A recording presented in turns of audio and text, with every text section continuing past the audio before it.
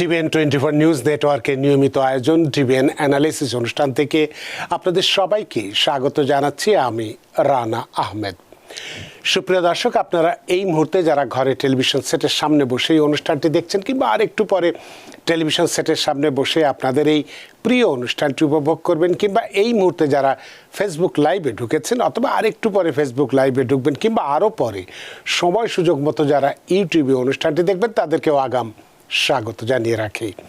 সুপ্রিয় দর্শক, আজকে আমরা ইমিগ্রেশন নিয়ে কথা বলবো। ইমিগ্রেশনের গুরুত্বপূর্ণ একটি খবর বা দু তিনটি বিষয় যদি হাতে সময় থাকে আমরা আলোচনা করব। তবে মূল যে বিষয়টি আলোচনা করব, গতকালকেই বা গত পরশু নিউজ উইকে একটি গুরুত্বপূর্ণ খবর ছাপা হয়েছে যে পাকিস্তানি একজন নাগরিক নয়, গ্রিন কার্ড হোল্ডার, এবং যিনি সেনাবাহিনীতে 10 বছর চাকরি করেছেন, সিটিজেনশিপ পরীক্ষার সময়ে তাকে গ্রেপ্তার করা হয়েছে এবং ডিটেনশনে দেওয়া হয়েছে, তার গ্রিন কার্ডও বাতিল করা হচ্ছে, ইত্যাদি ইত্যাদি। তো এই বিষয়টি তার অপরাধ ছিল, সে শুধুমাত্র আমেরিকায় নয়, অস্ট্রেলিয়াতে 20-25 বছর আগে একটি অন্যায় করেছিল, বা যেটাকে আমরা ফ্রড বা বলে থাকি, যেখানে কি বলে মিস ডিমিনার, বা যেটাকে আমরা বলে থাকি যে কি বলে বাংলা যে শব্দটি, যেটা আমরা বলতে পারি যে জালিয়াতি, সহজ কথায় করেছিল, সে কারণেই তাকে এই শাস্তিটা দেয়া হয়েছে। তো এই বিষয়টি নিয়ে আমরা গুরুত্বপূর্ণ ভেবেছি এই কারণে যে কেবলমাত্র আমেরিকার মধ্যে নয়, আমেরিকার বাইরে পৃথিবীর যে কোনো প্রান্তেই আমরা যদি কোনো অন্যায় করে থাকি, কেউ যদি অন্যায় করে থাকে, জালিয়াতি করে থাকে, ফর্জারি করে থাকে, তাহলে সেক্ষেত্রেও ডিপোর্টেশন হতে পারে, গ্রিন কার্ড বাতিল হতে পারে, নাগরিকত্ব বাতিল হতে পারে। এই বিষয়টি আজকে আমাদের মূল বিষয়। হাতে যদি সময় থাকে, কন্ডিশনাল গ্রিন কার্ড নবায়নের আবেদনে ভুল হলেও ডিপোর্টেশনের মুখোমুখি হতে পারে। এই বিষয়টি আমরা গত কয়েকদিন আগে আলোচনার জন্য এনেছিলাম, সময় পাইনি বলে করিনি। যদি আজকে সময় পাই তাহলে আমরা আলোচনা করব। এবং আরও একটি বিষয় হচ্ছে যে খুব কঠিন হচ্ছে গ্রিন কার্ড এবং নাগরিকত্ব পাওয়া, সে বিষয়টিও যদি হাতে সময় পাওয়া যায় সেটি করব। তবে অনুষ্ঠানের মাঝখানে ঢাকা ইউএস এমবাসি একটি বিজ্ঞপ্তি দিয়েছে, সেটি হচ্ছে যে ফুল ব্রাইট স্পেশালিস্ট প্রোগ্রাম সংক্রান্ত একটি বিজ্ঞপ্তি, সেটি আপনাদেরকে জানাবো। যারা এটার সঙ্গে সংশ্লিষ্ট আছেন তারা এখানে আবেদন করে আমেরিকায় এসে বিশেষজ্ঞদের সঙ্গে কাজ করে নিজেদেরকে অনেকটি ডেভেলপ করতে পারবেন, দেশের সেবা করতে পারবেন, নিজেকে অনেক আলোকিত করতে পারবেন। এই বিষয়টি আমরা বলবো। সুপ্রিয় দর্শক, এর বাইরেও আপনাদের তো ইমিগ্রেশন সংক্রান্ত নানান প্রশ্ন থাকাটাই স্বাভাবিক। সেই প্রশ্নগুলো করবার জন্যে আমাদের টেলিভিশন স্ক্রিনে যে টেলিফোন নম্বরটি ভেসে উঠেছে, তারপরেও আমি বলে দিচ্ছি 646-307-9828, এই নম্বরে ফোন করতে পারেন, কিংবা যাদের ফোন করতে একান্তই অসুবিধা হয় তারা আমাদের ফেসবুকেও প্রশ্ন রাখতে পারেন। আমরা সবগুলো প্রশ্নের উত্তর দেবার চেষ্টা করব। এবং ইত্যকার এই সমস্ত বিষয়ে আলোচনা করবার জন্য আমাদের স্টুডিওর সঙ্গে সংযুক্ত হয়েছেন আমাদের সকলের প্রিয়জন, প্রিয় মানুষ, প্রিয় মুখ, প্রিয় attorney, jurist, doctor, attorney at law, জনাব মীর এম মিজানুর রহমান। জনাব মীর এম মিজানুর রহমান, আপনাকে স্বাগত। ধন্যবাদ।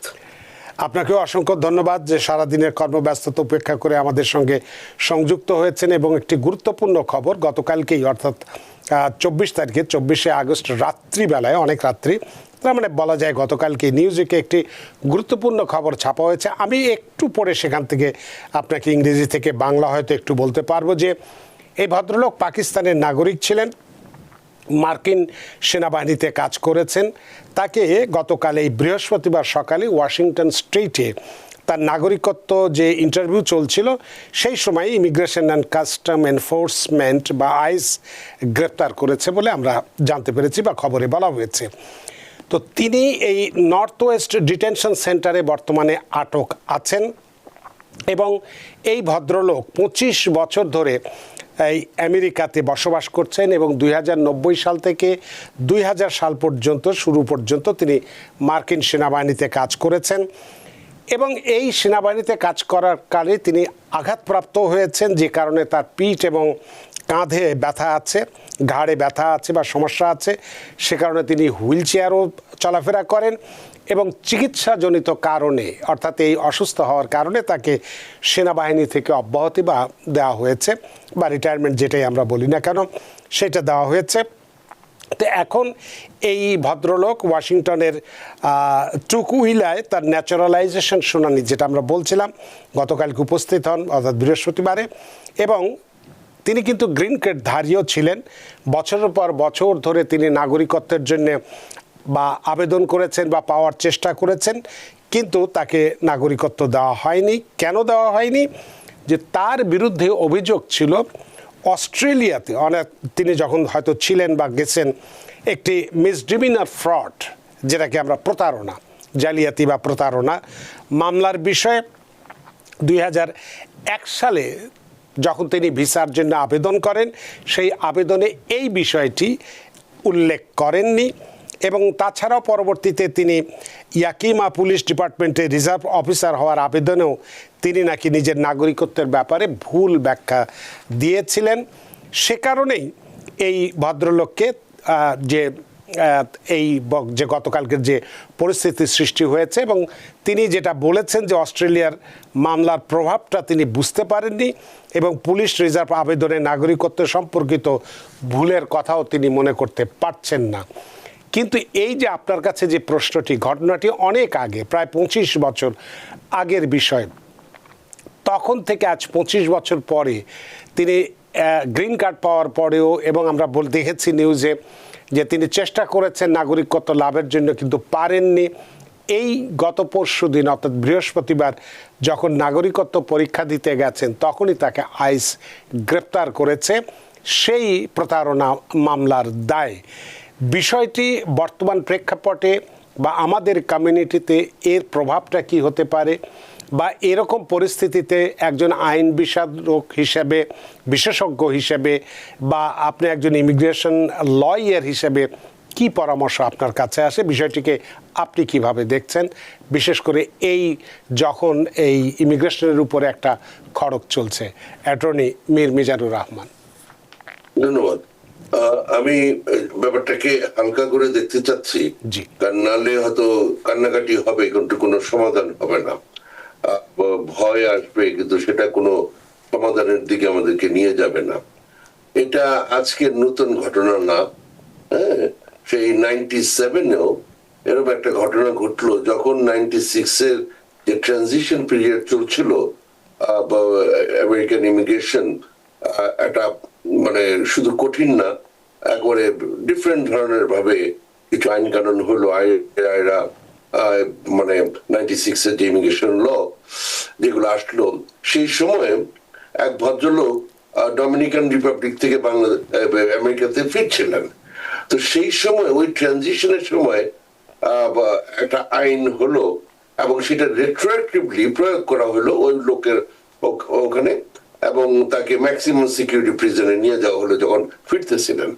কারণ উনি বহু আগে ছোটবেলা যখন ইভেন মানে আই থিঙ্ক 17 বছর ছিল কিছু একটা, বাট সেই সময় একটা মাইনর তার গার্লফ্রেন্ডের সাথে একটা স্ট্যাটিউটরি রেপ এর মধ্যে পড়ে গিয়েছিলেন।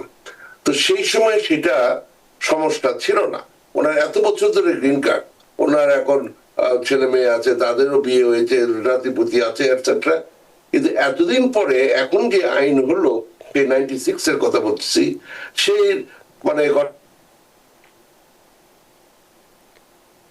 আমরা আপনাকে সেই আইনের পরিপ্রেক্ষিতে উনি এয়ারপোর্টে থেকে সুদা হ্যালো হ্যাঁ আচ্ছা, তো এরকম একটা অবস্থা।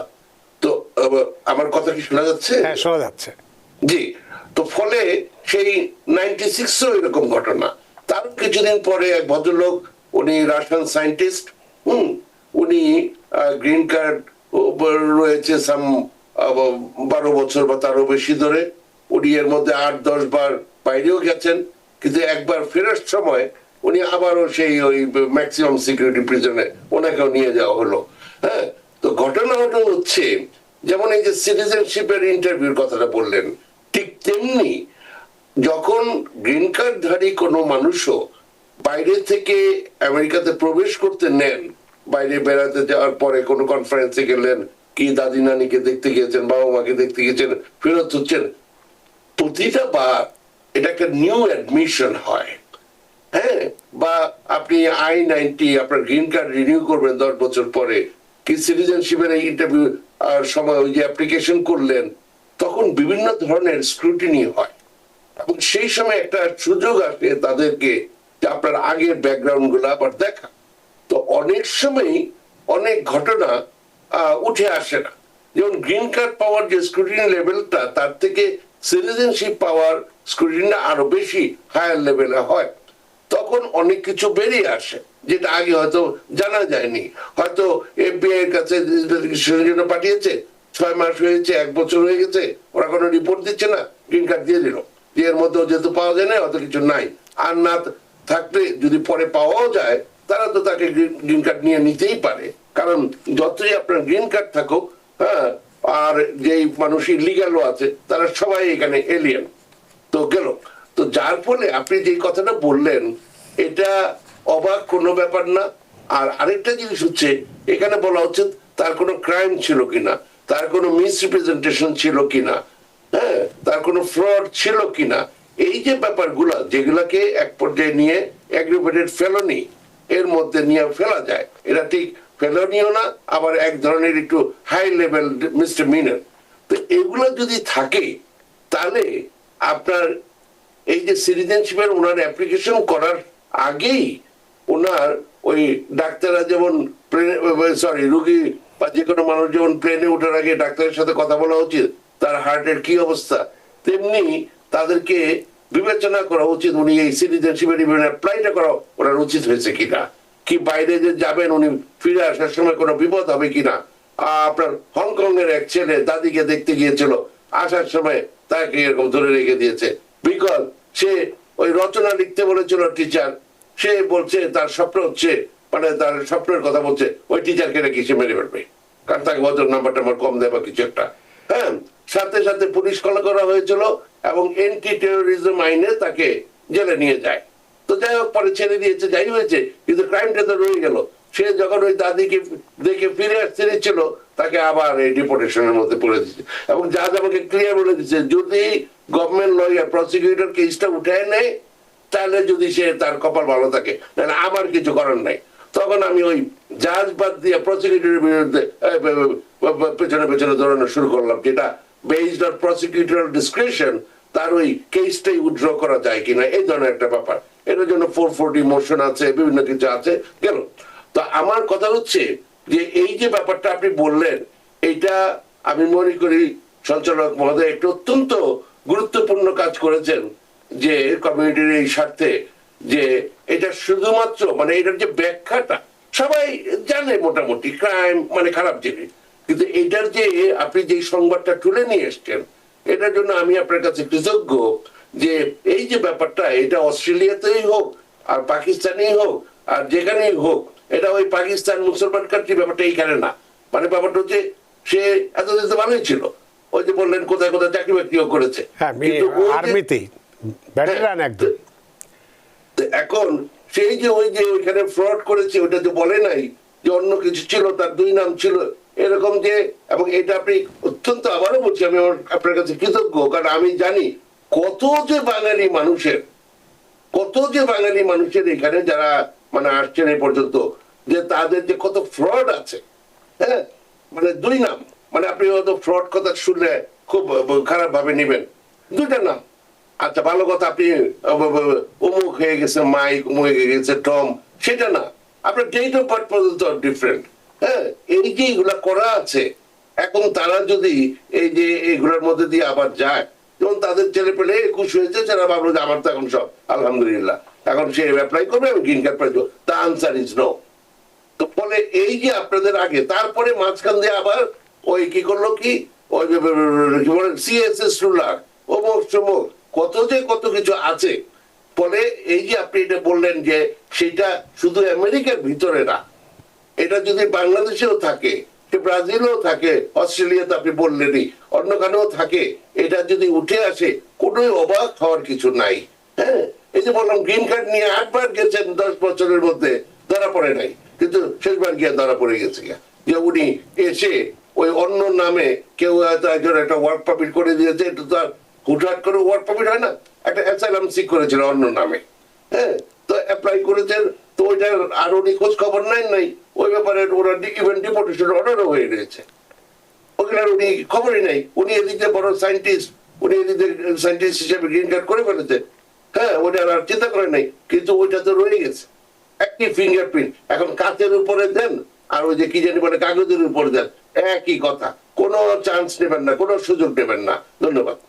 তার মানে যে বিষয়টি দাঁড়াচ্ছে আপনার এই আলোচনায় এবং এই নিউজের প্রেক্ষাপটে আমরা হয়তো কনক্লুশন এভাবে করতে পারি যে যে কেউ যেখানেই পৃথিবীর যে প্রান্তেই হোক, বিশেষ করে যদি তার শুধু যে তার নেটিভ কান্ট্রি তাই নয়, যে কোনো দেশেই যাক না কেন, সেখানে যদি কেউ যে কোনো অন্যায় করে থাকে বা মিসডিমিনার, ফ্রড বা প্রতারণা যেটাই করে থাকুক না কেন, যখন কেউ গ্রিন কার্ড বা সিটিজেনশিপের জন্য আবেদন করে, আবেদনের সাথে সাথেই তো সেটা দেওয়া হয় না, দীর্ঘদিন সময় লাগে।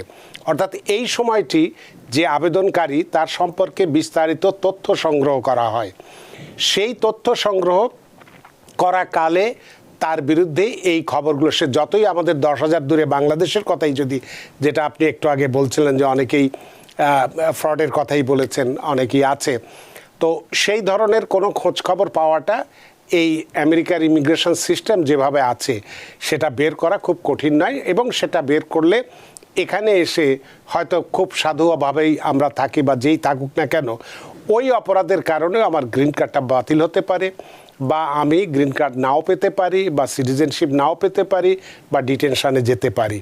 এটাই তো মূল কথা। আমাকে যদি একটু সুযোগ দেন, হ্যাঁ শিওর, আমি আরো একটা মিনিট কথা বলতে চাই। জি। এটা হচ্ছে যে এখন কথা হচ্ছে যে ঠিক আছে ভাই এটা হলো, এখন করবোটা কি? মানে যে কোনো মানুষেরই তো, আমরা তো শুধু সমস্যা বললে তাদেরকে কাঁদিয়ে দিলাম, এখন অনেকে মন খারাপ করিয়ে দিলাম, এখন এখান থেকে করবোটা কি? মানে এইটা হচ্ছে প্রশ্ন, যে আসল কথায় আসেন এখন কি করব। যদি কেউ ফলস ক্লেম অফ সিটিজেনশিপ করে থাকেন, তাতে কিন্তু পুরো ব্যাপারটা খারাপ হয়ে গেল। কারণ এগুলা থাকলেও আপনার বিভিন্ন ওয়েভারের ব্যবস্থা আছে, এটা নিয়ে এখন আমি কথা বলতে চাই। কিন্তু তার আগে একটা কথা খুব ক্লিয়ার বলে নেই, ফলস ক্লেম অফ সিটিজেনশিপ যদি থাকে, ধরেন কেউ যে গলা কাটা পাসপোর্ট সমস্ত কথা শোনা যায় না, তো কেউ যদি ইউএস পাসপোর্ট ইউজ করে এখানে আসার চেষ্টা করে, যেটা সত্যি না, কি কেউ এখানে ভোট দিয়েছে, মানে তার অ্যাকশনের মাধ্যমে সে প্রমাণ করার চেষ্টা করছে যে সে ওই citizenship, false claim of citizenship করেছে, এগুলার কোনো ক্ষমা নাই, এগুলার কোনো ওয়েভার নাই। কিন্তু যদি অন্য কোনো ধরনের প্রতারণা থাকে, তখন আপনার যদি কোয়ালিফাইং রিলেটিভ থাকে এবং তাদের এক্সট্রিম হার্ডশিপ হবে এটা প্রমাণ করতে পারেন, তাহলে সেখান থেকে মুক্তি পাওয়ার একটা চান্স আছে। এবং কোয়ালিফাইং রিলেটিভ হচ্ছে বাবা মা বা স্পাউস যাদের গ্রিন কার্ড বা সিটিজেনশিপ আছে, বাচ্চা কাচ্চা কাউন্টার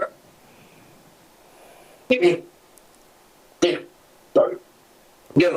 তো ফলে আপনারা এই জিনিসটা মনে রাখবেন যে আপনার স্পাউস এবং বাবা মার যাদের গ্রিন কার্ড বা সিটিজেনশিপ আছে, তাদের যদি এক্সট্রিম, আর এক্সট্রিম হার্ডশিপ মানে এক্সট্রিম হার্ডশিপ মানে বাবা মা থাকলেই হলো না, তো তাদের অনেক সমস্যা হবে, এটা দেখাতে হবে।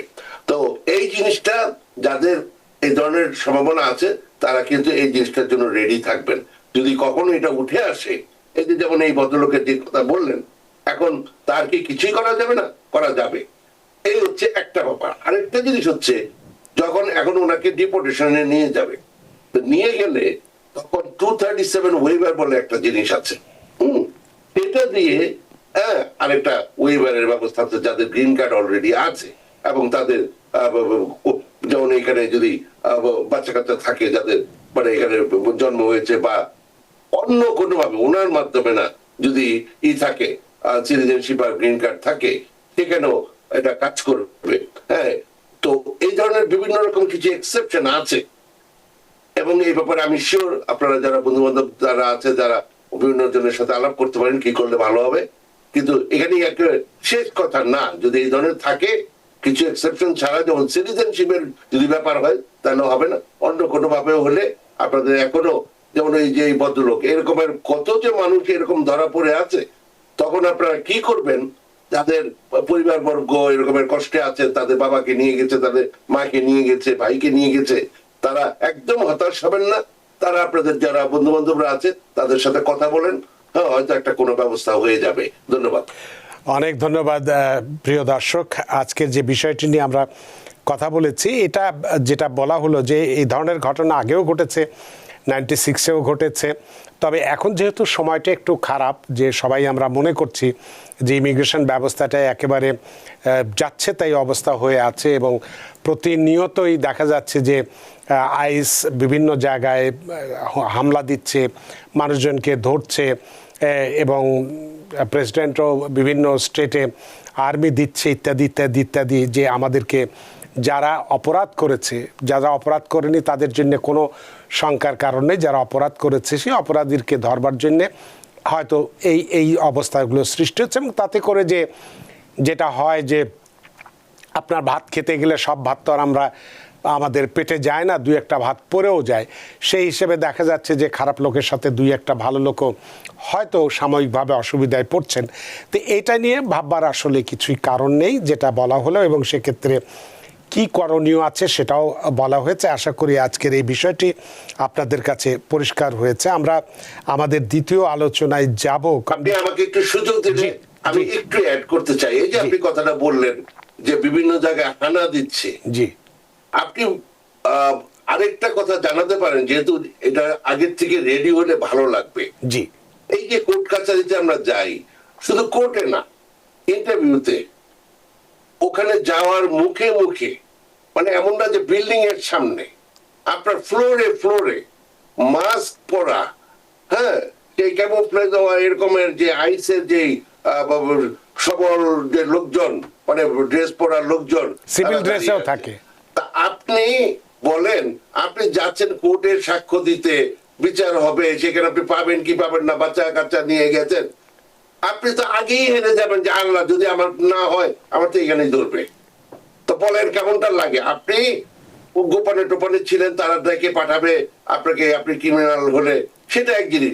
আপনার কোর্টের মুখেই যদি আপনি এরকম দাঁড়ায় থাকে, তা আপনি কোর্টে কি সাক্ষী দিবেন? প্রথমেই তো আপনার চিন্তা হবে যে মানে আমি এই বাচ্চাদের সামনে দিয়ে কিভাবে আমাকে ধরে নিয়ে যাওয়া, অবস্থাটা কি হবে?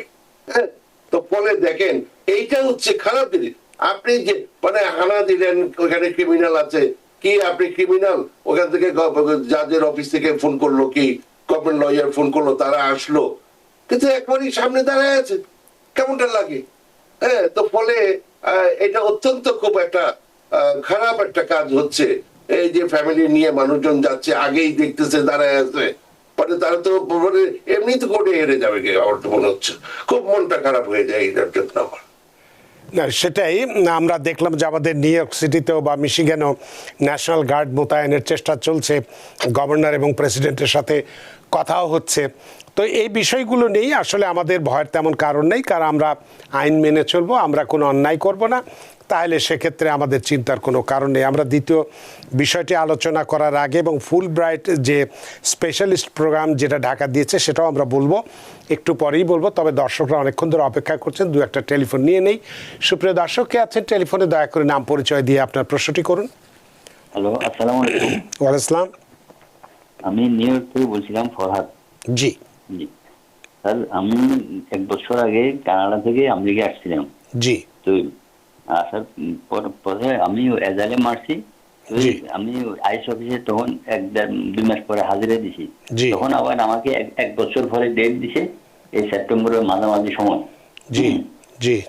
তো এখন ওখানে হাজিরা হইলে আমার তো অ্যাজাইলাম পেন্ডিং আছে, আজ কোনো সমস্যা হবে কিনা স্যারের কাছে।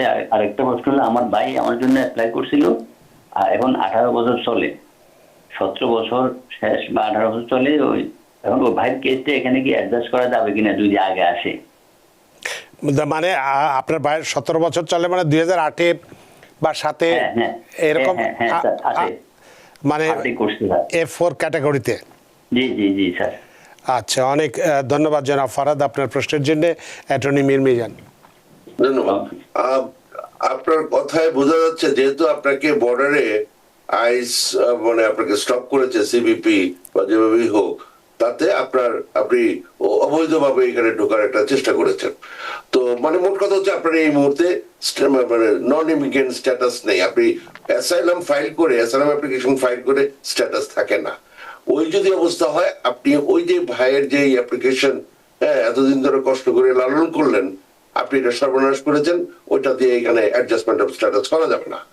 আর যেহেতু আপনি 1 বছরের বেশি সময় এখানে ইলিগাল আছেন, আপনি যদি এখন বাইরে যান, যে ওখান থেকে গিয়ে ওই কনসুলার প্রসেসিং এর নামে করে আসবেন, কি যেন বলে, এটাকে কি বলে, মানে গ্রিন কার্ড নিয়ে আসবেন, ওইটা আপনার 10 বছরের জন্য আপনি এখানে ঢুকতে পারবেন না। আপনি, আমি জানি না আপনার কি সিচুয়েশন আর আছে, যার ফলে আপনি একটা ওয়েভারের, আনলফুল ওয়েভারের যেই ব্যবস্থা, সেটা থেকে মুক্ত পাবেন কিনা। আবার আপনি যেহেতু কোর্ট কাছারির মধ্যে আছেন, তো ফলে আপনার 212 ওয়েভারেরও লাগতে পারে যদি ডিপোর্টেশন অর্ডারটা হয়ে যায়। মোট কথা হচ্ছে যে, এবং সেগুলো হওয়ার জন্য যে কোয়ালিফাইং রিলেটিভ আছে দরকার লাগে, সেগুলো আপনার আছে কিনা আমি জানি না। মোট কথা হচ্ছে এখানে বসে আপনার গ্রিন কার্ড পাওয়ার কোনো সম্ভাবনা নাই। আপনি ওই যে, আপনি যেহেতু ধরা পড়েছেন এবং আপনি কোর্টে আছেন এবং অ্যাসাইলাম সিক করেছেন, এই যে কথাটা বললেন অ্যাসাইলাম মার্সি, এই শব্দটা টপিকগুলো বদলান। হ্যাঁ, আপনি অ্যাসাইলাম অ্যাপ্লিকেশন ফাইল করেছেন, আবেদন করেছেন, একটু সুন্দরভাবে বলেন। বাংলাদেশে থাকলে এইভাবে কথা বলতেন না, একটু কথাবার্তা একটু সুন্দর করে বলেন। হ্যাঁ, তো যাই হোক, আপনি যে আবেদন করেছেন, নাও ডুবাই দিয়ে তীরে উঠতে হবে, সব বাদ দিয়ে এইটার উপরে কনসেন্ট্রেট করেন এবং এটাতে পাস করতে হবে আপনাকে, এইভাবে করে নামেন। ধন্যবাদ। তার মানে ওনার ভাই যে F4 আবেদন করেছে এবং খুব কাছাই গেছে, 18 বছর মানে তো মনে করাই যাচ্ছে যে 2007 বা 2008 আবেদন করেছে, সেক্ষেত্রে তার কোনো সুবিধা পাওয়ার সুযোগ নেই। ওইটার ক্ষেত্রে যদি এর মধ্যে এসে যায়, যেটা আপনি বললেন যে কনসুলার প্রসেসে যে ওখান থেকে উনি যে এখানে আনলফুল ছিলেন, আচ্ছা, এইটার কারণে উনি যদি বাইরে যান তাহলে 10 বছর ঢুকতে পারবেন না। আর যদি এখানে থাকেন অ্যাডজাস্ট করতে পারবেন না, because is not maintain a valid non immigrant status. তো এই যে একটা অবস্থা, এর মধ্যে যদি কোনো ওয়েভার থাকে, ওয়েভারেরও ওনার স্পাউস, প্যারেন্টস, ওনারা গ্রিন কার্ড হোল্ডার আছে কিনা আমি জানি না, এবং ওই ওয়েভার পাওয়াটা খুব সহজ ব্যাপার না, এটা এক্সট্রিম হার্ডশিপ। একে হচ্ছে আপনার কোয়ালিফাইং রিলেটিভ থাকতে হবে, এভরি চান্স ওনার নাই। আর দ্বিতীয় কথা হচ্ছে থাকলেও মানে ইটস নট ইজি। তো সব মিলে আপনি ওই যে কানাডা থেকে ঢুকছেন, তখনই আপনার ভবিষ্যৎ আপনি নির্ধারণ করে ফেলেছেন। ধন্যবাদ। অনেক ধন্যবাদ জনাব ফরহাদ, আশা করি আপনার প্রশ্নের উত্তর পেয়েছেন। তবে ওনাকে যে আইস সামনের মাসের সেপ্টেম্বরে আইস দেখা করতে বলেছে এবং উনি ভয় পাচ্ছেন, সেক্ষেত্রে ওনার কি পরামর্শ দেবেন যে একজন অ্যাটর্নিকে সাথে নিয়ে গেলে কোনো সুযোগ সুবিধা পাবে? এটা অ্যাটর্নি নিয়ে যাওয়া না যাওয়ার ব্যাপার না, ব্যাপারটা হচ্ছে ওনার যদি কোনো ক্রিমিনাল ব্যাকগ্রাউন্ড না থাকে, আর যেহেতু ওনার পেন্ডিং কেস আছে, ওনার কোনো সমস্যা হওয়ার কথা না। অনেক ধন্যবাদ ফরহাদ সাহেব, নিশ্চয়ই বুঝতে পেরেছেন আজ যেহেতু ডেকেছে আপনাকে যেতেই হবে, আর যেহেতু আপনার কোনো ইয়ে নেই, সেখানে ভয়ের কোনো কারণ নেই, যেহেতু আপনার মামলা পেন্ডিং আছে। আপনার প্রশ্নের জন্য ধন্যবাদ। সুপ্রিয় দর্শক, কে আছেন টেলিফোনে, দয়া করে নাম পরিচয় দিয়ে আপনার প্রশ্নটি করুন। হ্যালো, আসসালামু আলাইকুম রানা ভাই, আমি ফাহিম বলছি। ভাই আমার একটা প্রশ্ন, আমার কাজে 2021 এখানে বিয়ের মাধ্যমে এসেছিল, আসার পরে ওর ওয়াইফের সাথে বনিবনা হয় নাই, পরে ডিভোর্স হয়ে গেছে, হওয়ার পরে দেশে গিয়ে বিয়ে করছে, বিয়ের এখন 1.5 বছর চলতেছে, ওর ওয়াইফের জন্য অ্যাপ্লাই করছে, এখন কি কোনো সমস্যা হবে? এখন কেস অ্যাপ্রুভ হয় নাই ভাই। তা আপনার কাজিনের স্ট্যাটাসটা কি এখন? Green card holder. Green card holder. তো এখন কি প্রশ্নটা কি আপনার? প্রশ্নটা, ও দেশে গিয়ে আবার বিয়ে করছে, বিয়ে করে আসার পরে ওর ওয়াইফের জন্য অ্যাপ্লাই করছে, কেস অ্যাপ্রুভ হয় নাই। এখন শুনতে পাচ্ছি 5 বছরের যে বিয়ে ডিভোর্সের 5 বছরের ভিতরে অ্যাপ্লাই করলে সমস্যা হয়, তখন তো ও করে ফেলছে, এখন কি করবে কিছু বুঝতে পারতেছে না। আচ্ছা, তার মানে 5 বছর হয়নি, সমস্যা হয় এটা শুনেছেন। এখন দেখি অ্যাটর্নি মহোদয় কি বলেন। ওনাকে একটু রাখেন, আপনি একটু লাইনে থাকবেন। হ্যাঁ, ওনার গ্রিন কার্ডের কি কোনো কন্ডিশন আছে? মানে উনি কি প্রথম যে গ্রিন কার্ডটা পেলেন ওই বিয়ের 2 বছর পরে পেয়েছেন না আগে পেয়েছেন? না, উনি আসার পরে 10 বছরের গ্রিন কার্ড পেয়েছেন। গুড। আচ্ছা, ওই যদি হয় এবং যদি ওনার এই বিয়েটা সত্য হয়, প্রথম কাজ হচ্ছে এই বিয়েটা যে জেনুইন, তারপর ডিভোর্স হতেই পারে, ওইটার যত ডকুমেন্টস আছে সেগুলো যেন ঠিক মতো কালেক্ট করে। বিয়ে হলো জেনুইন ভাবে, সেগুলোর যত কাগজপত্র আছে, তারপরে আসার পরে ফিনান্সিয়াল কোমিংলিং একটা কথা আছে, একসাথে জয়েন্ট ব্যাংক অ্যাকাউন্ট, দুইটা কি যেমন একসাথে married filing, jointly tax return, একসাথে কোনো বাচ্চা কাচ্চা আছে কিনা, একসাথে থাকতো কিনা, একসাথে বিভিন্ন ক্রেডিট কার্ড আছে, বিভিন্ন ইন্স্যুরেন্স দুজনের না, এইভাবে করে এই বিয়েটা যে মানে হাইট এন্ড সিকিউরিটি হবে, এটা যে আপনি জানেন, ঠিকই জানেন, কিন্তু হাইট এন্ড সমস্যা হবে। সমস্যা মানে এই না যে তার ওই বিয়ের কারণে সবকিছু শেষ হয়ে গেছে, নো।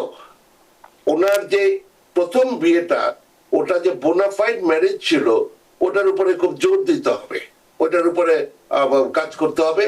ওনাদের যত একসাথে জিনিসপত্র ছিল, কারণ অনেক সময় বিয়ে ভেঙে গেছে, সব ফেলে টেলে দেয় ইত্যাদি, ওগুলা খুব সাবধানে সবকিছু একসাথে করতে হবে যে এই বিয়েটা যে সঠিক বিয়ে ছিল।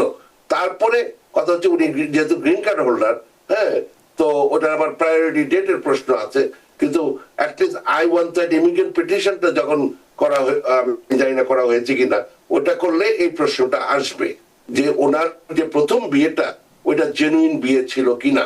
হ্যাঁ, এবং আমার তো মনে হচ্ছে না যে জেনুইন বিয়ে না ছিল।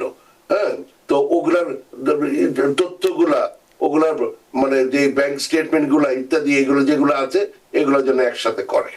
ধন্যবাদ। সেক্ষেত্রে উনি যে প্রশ্ন করেছিলেন যে এই পরের বিয়েটা হলো 5 বছরের একটা বিষয় বলেছেন, যে 5 বছরের মধ্যে কি যদি আবেদন করে কোনো সমস্যা হবে কিনা। ওই যে বললাম সমস্যা হবে বলেই তো আমি এগুলো করতে বলছি। আচ্ছা, মানে একটা ইস্যু হবে, ইস্যু মানেই যে এটা জীবনের শেষ। ওই যে বললাম পথের বাঁক আছে, কিন্তু সেটাই জীবনের পথ অনেক দূর, পথের বাঁক আছে, কিন্তু সেটাই পথের শেষ নয়। অনেক ধন্যবাদ জনাব ফাহিম। আশা করি আপনার কাজিনের জন্য যে প্রশ্নটি করেছিলেন, আশা করি উত্তরটা পেয়েছেন, খুশি। সুন্দরভাবে বিয়ে করছে, এখন কি আমরা বউরে কান্দাবো এখন? হ্যাঁ, তাহলে একটু এখন তার ব্যবস্থাটা করতে হবে যে ভাই শখ হয়েছে বিয়ে করে ফেলাইছি, আর কি করা, ব্যবস্থা করেন, সেই ব্যবস্থা আর কি। অনেক ধন্যবাদ। সুপ্রিয় দর্শককে আছেন টেলিফোনে, দয়া করে নাম পরিচয় দিয়ে আপনার প্রশ্নটি করুন। আসসালামু আলাইকুম রানা ভাই, আমি ভার্জিনিয়া থেকে বলছিলাম। সাহেব ভালো আছেন আপনারা? জি আলহামদুলিল্লাহ। জি রানা ভাই, আমাকে একটু, তো আমার অ্যাটর্নি সাহেবের কাছে একটা প্রশ্ন আছে। জি, সেটা হচ্ছে যে আমি আমার বাবা মার জন্য অ্যাপ্লাই করছি পিটিশন IR5 ক্যাটাগরিতে। আমি প্রশ্নটা আগে করছিলাম, বাট আমি বুঝতে পারি না। সেটা হচ্ছে যে আমার মা বাবার ইন্টারভিউ হয়েছিল ফেব্রুয়ারি মাসে, কিন্তু আমার আম্মার ভিসা হয়ে গেছিল, আম্মা চলে আসছিল, বাট বাবার ভিসাটা এখন পর্যন্ত দেয় নাই, বাট রিফিউজ করে রাখছে। আমি বারবার এম্বাসিতে ইমেল করতেছি আর ফোন দিচ্ছি, ওরা বলতেছে যে 180 দিনের মতো লাগবে, এটা অ্যাডমিনিস্ট্রেটিভ প্রসেসিং এ আছে। কিন্তু এখন তো 6 মাস কমপ্লিট হয়ে গেল, কিন্তু আমাকে তো ওরা কিছু জানাতেছে না। এখন আমি তো অ্যাটর্নি অ্যাসাইন করি না, আমি নিজেই করছি। এখন আমার কি করণীয়? আপনার কি করণীয়, এটাই হচ্ছে আপনার এখন প্রশ্ন। অনেক ধন্যবাদ সাইদ আপনার প্রশ্নের জন্য। অ্যাটর্নি মীর মিজান, আপনি অ্যাটর্নি দিয়ে অ্যাপ্লিকেশন করেন নাই, এটা কোনো মহাপাপ হয়ে যায় নাই। আপনি এই পর্যন্ত যেহেতু গেছেন, তার মানে আপনি আলহামদুলিল্লাহ ভালো করেছেন। হ্যাঁ, সুতরাং নিজের প্রতি আস্থা আনেন, নিজের প্রতি নিজেকে ধন্যবাদ দেন, এভরিথিং ইজ ফাইন, নাম্বার 1। এবং এরকম প্রচুর মানুষের কাজ ফালায় রাখছে, ওই লাইনে আছে। হ্যাঁ, মানে দেরি হচ্ছে। আপনি যদি মানে 6 মাস গেছে, এটা খুব বেশি দেরি হয়ে যায় নাই। আপনি যদি আরো এরকম করে কিছু ইমেল টিমেল করেন, যদি দেখা যায় যে এইভাবে হচ্ছে না, এবং আপনি বুঝবেন একটা পর্যায়ের পরে যদি একটা রিজনেবল পিরিয়ড অফ টাইম চলে যায়, তারপরে হচ্ছে না, তখন আপনি মানে সব কাজই নিজেই করতে পারেন। তারপর আমি বলবো যে এইটার একটা মানে ঠিক আপিল নাই, মোশন টু রিকনসিডার ভাবে নাই, অ্যাডভাইজারি ওপিনিয়ন নামে একটা জিনিস আমরা করি, একটা legal memorandum and some sort of appeal, এবং ওইভাবে করে একটা কিছু করা হেডকোয়ার্টারে, ওইটা করে ওইখান থেকে একটা অফিসারকে একটা মানে সর্ট অফ, এটা নির্দেশনা, কিন্তু নির্দেশ দেওয়া ওইভাবে তারা করে না, কিন্তু একটা নির্দেশনা দেওয়ার মতো একটা ব্যাপার আছে। আপনি একটু অপেক্ষা করেন, যদি বেশ দেরি হয়ে যায়, তখন এইটার আপনার মানে আপনার ওনার যে কেসটা ভালো, ওটা দেখিয়ে কোন আইনে তাদেরকে মাস্ক দিয়ে দেওয়া উচিত, তারা যে অ্যাবিউজ অফ ডিসক্রিপশন করতেছেন, এগুলা তুলে ধরে। হ্যাঁ, মানে আমি যদি বলি যে আপনি উকিলের কাছে যান, এটা একটু কেমন দেখা, কারণ টাকা পয়সার ব্যাপার আছে। হ্যাঁ, আমরা তো বলবোই, কিন্তু আপনি যেটা ভালো মনে করেন আপনি করবেন, কিন্তু বেসিক ব্যাপারটা হচ্ছে হেডকোয়ার্টার দিয়ে একটা পুশ করা যায়, এগুলো কথা। তো টাকা পয়সাটা বড় নয়, বাবা মা এটার উপরে তো আর কিছু নেই।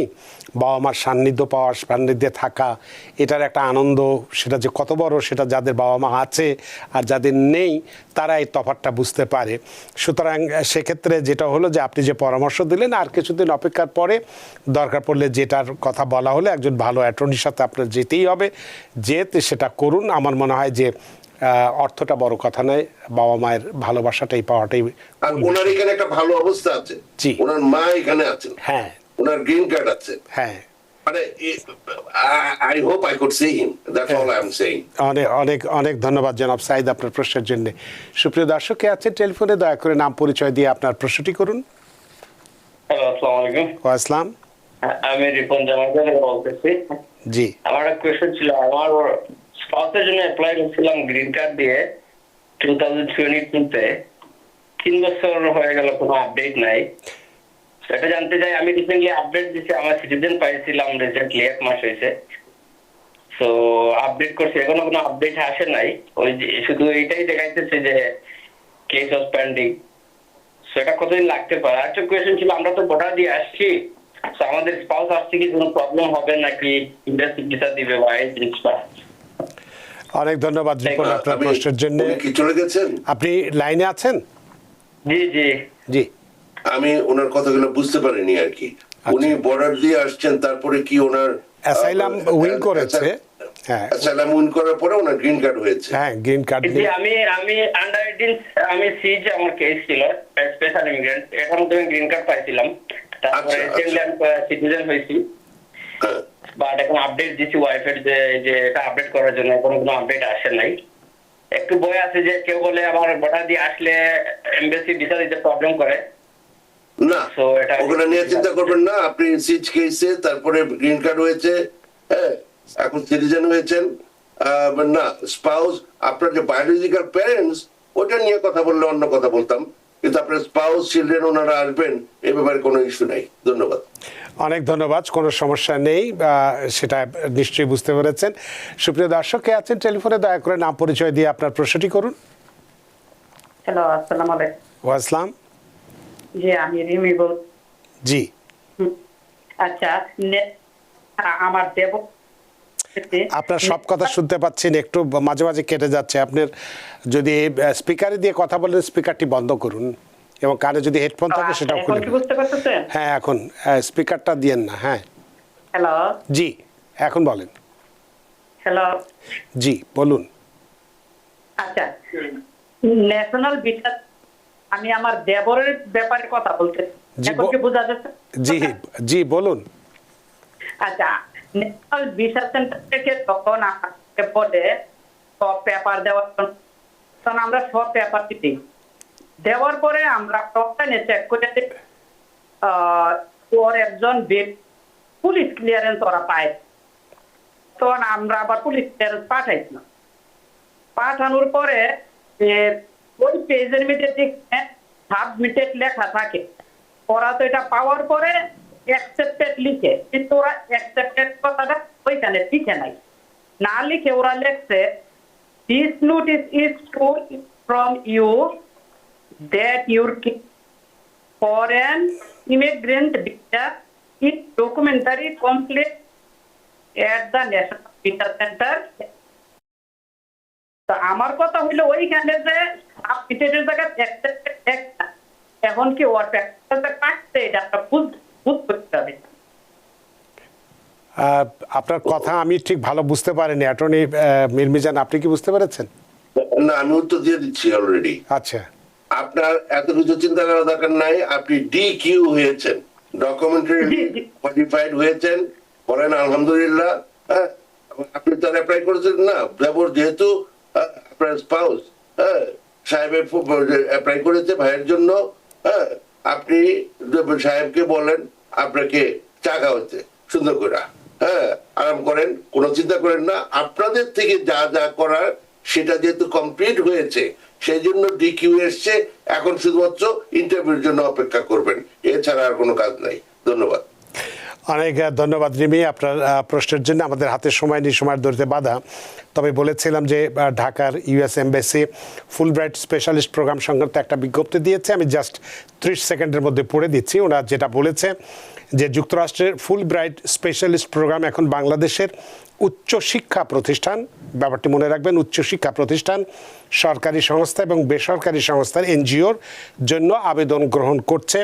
এটি আপনার ক্ষেত্রের একজন মার্কিন বিশেষজ্ঞের সঙ্গে সহযোগিতা করার এবং স্বল্পমেয়াদী প্রকল্প ভিত্তিক সহায়তার মাধ্যমে প্রাতিষ্ঠানিক সক্ষমতা শক্তিশালী করার একটা অনন্য সুযোগ সৃষ্টি করেছে। আবেদনের শেষ তারিখ 7 সেপ্টেম্বর 2025 রাত 11:59 বাংলাদেশ সময় অনুযায়ী, এবং আপনার যে প্রস্তাবটি থাকবে সেটি জমা দেবেন ow.ly/TTVY50WKTLW।